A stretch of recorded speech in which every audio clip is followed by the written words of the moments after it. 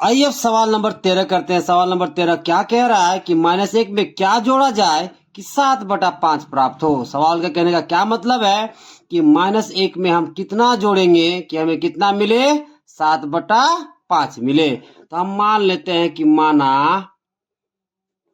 अभिष्ट संख्या x जोड़ते हैं, अभी पता नहीं है ना, तो क्या मान लेंगे बताइए, x। अब देखिए -1 में हम कितना जोड़ेंगे, x। मान लीजिए कि -1 में हम कितना जोड़ रहे हैं, x, तो हमें कितना मिल रहा है बताइए, 7/5। जहां मालूम ना हो वहां आप कुछ मान के जोड़ो, ठीक है। उसके बाद चर और अचर को सेपरेट करो, आपको अभिष्ट संख्या मिल जाएगी। अब यहाँ पर देखिए ये मेरा -1 क्या है, अचर। ये 7/5 भी क्या है, अचर। x क्या है, चर। ओके, अब क्या करेंगे, अचर को एक साइड और चर को एक साइड करेंगे। तो अब क्या करते हैं, देखिए -1 को बराबर के इस पार भेज देते हैं। तो x बराबर कितना हो जाएगा बताइए, -7/5। ये -1 उधर जा करके किसे बदल गया बताइए, +1 में। ओके, नीचे कुछ नहीं तो कितना है बताइए, 1। ओके, अब 5 और 1 का आप एलसीएम लोगे तो आपको कितना मिलेगा, 5। ओके, अब देखिए 5 एकम 5, तो 7 एकम कितना हो जाएगा, 7। अब देखिए 1 5 5, तो 5 एकम कितना हो जाएगा, 5। ओके, तो कितना आ गया बताइए, 7 और 5 12, और नीचे कितना है बताइए, 5। यानी कि कहने का मतलब क्या हो गया कि -1 में आप 12/5 जोड़ोगे तो आपको कितना मिलेगा, 7/5। ओके, इसलिए x का वैल्यू कितना आ गया, 12/5। चाहे तो आप चेक भी कर सकते हो। आइए चेक करके आपको दिखाते हैं। देखिए -1 में हमें कितना जोड़ना पड़ेगा, 12/5। ओके, अब देखिए 5 को मल्टीप्लाई कर दीजिए तो कितना हो जाएगा, -5। इधर कितना है, +12, और नीचे कितना है बताइए, 5। अब देखिए 12 में कितना जा रहा है, 5, तो आपको कितना मिलेगा, 7, और नीचे कितना है, 5। ओके, अब आइए सवाल नंबर 14 करते हैं। सवाल नंबर 14 क्या कह रहा है कि दो परिमेय संख्याओं का गुणनफल -12 है। यदि उनमें से एक संख्या -3/4 है तो दूसरी संख्या ज्ञात कीजिए। सवाल का कहने का क्या मतलब है कि जब दो परिमेय संख्याओं को गुणा किया जाता है तो उत्तर कितना मिलता है, -12। उनमें से एक संख्या दे रखी है कितना, -3/4, तो हमें दूसरी संख्या निकालनी है। तो जब ऐसा सवाल रहे तो जो निकालने के लिए बोलेगा, यानी कि यहाँ कौन सा बोला है बताइए, दूसरा संख्या, तो उसे आप कुछ मान लो। तो हम यहाँ x मान लेते हैं। तो देखिए क्या लिखेंगे, माना कि दूसरी संख्या कितना मान लेंगे बताइए, x। अब सवाल में क्या कह रहा है कि दो परिमेय संख्याओं का गुणनफल, दो परिमेय संख्याओं का गुणनफल कितना आता है बताइए, क्वेश्चन के अनुसार तो -12 आता है। अब देखिए दो परिमेय संख्या को हम गुना करते हैं तो कितना आता है, -12। उसमें से एक संख्या कितना दे रखा है बताइए, -3/4, जबकि दूसरा को हमने क्या माना है, x। यानी कि जब हम दोनों को गुना करेंगे, पहला संख्या कितना है, -3/4, दूसरा को हमने क्या माना है, x। तो जब दोनों को गुना करेंगे तो कितना मिलेगा, -12।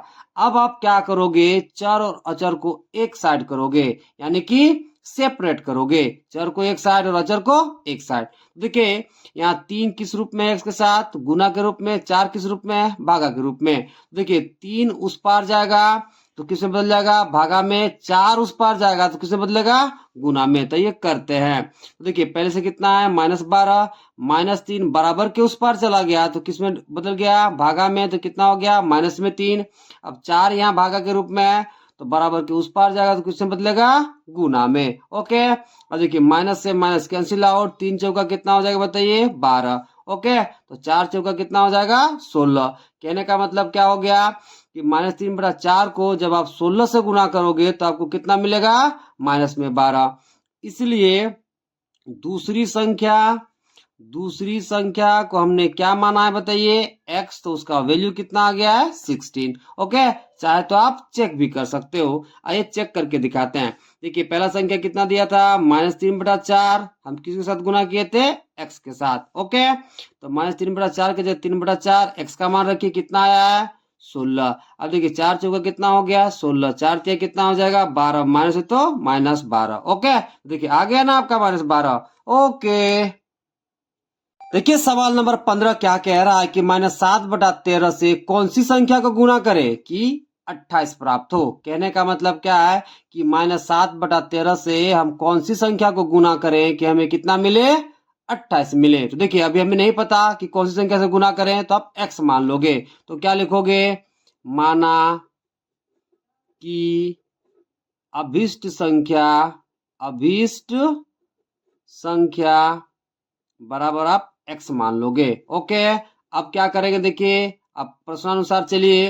देखिए क्या कह रहा है कि -7/13 को किससे गुना करोगे। तो मान लीजिए हम किससे गुना करेंगे, x से। तो हमें कितना मिलेगा बताइए, 28 मिलेगा। कितना मिलेगा, 28। अब आप क्या करोगे, चर को एक साइड सेपरेट करो और अचर को एक साइड। ओके, तो देखिए -7/13 को बराबर के उस पार ले जाइए। ओके, तो देखिए यहाँ पे -7 x के साथ कौन सा रूप में, गुना के रूप में, और 13 कौन सा रूप में, भागा के रूप में। ओके, तो इस सबको बराबर के उस पार भेजते हैं। तो देखिए यहाँ पे बराबर में कितना दे रखा है, 28। अब -7 बराबर के उस पार जाएगा, तो चूंकि यहाँ गुना के रूप में है तो बराबर के उस पार जाकर के भागा में हो जाएगा। ओके, अब देखिए 13 यहाँ भागा के रूप में है तो बराबर के उस पार जाएगा तो गुना के रूप में हो जाएगा। ओके, अब काटिए इसे। 7 चौका कितना हो जाएगा बताइए, 28। ओके, अब 13 चौका कितना हो जाएगा बताइए, 52। माइनस है तो -52। यानी कि कहने का मतलब क्या हो गया कि -7/13 को आप -52 से गुना करोगे तो आपको कितना मिलेगा, 28 मिलेगा। ओके, इसलिए हम क्या लिखेंगे कि अभिष्ट संख्या बराबर कितना हो जाएगा, 52। चाहे तो आप चेक भी कर सकते हो।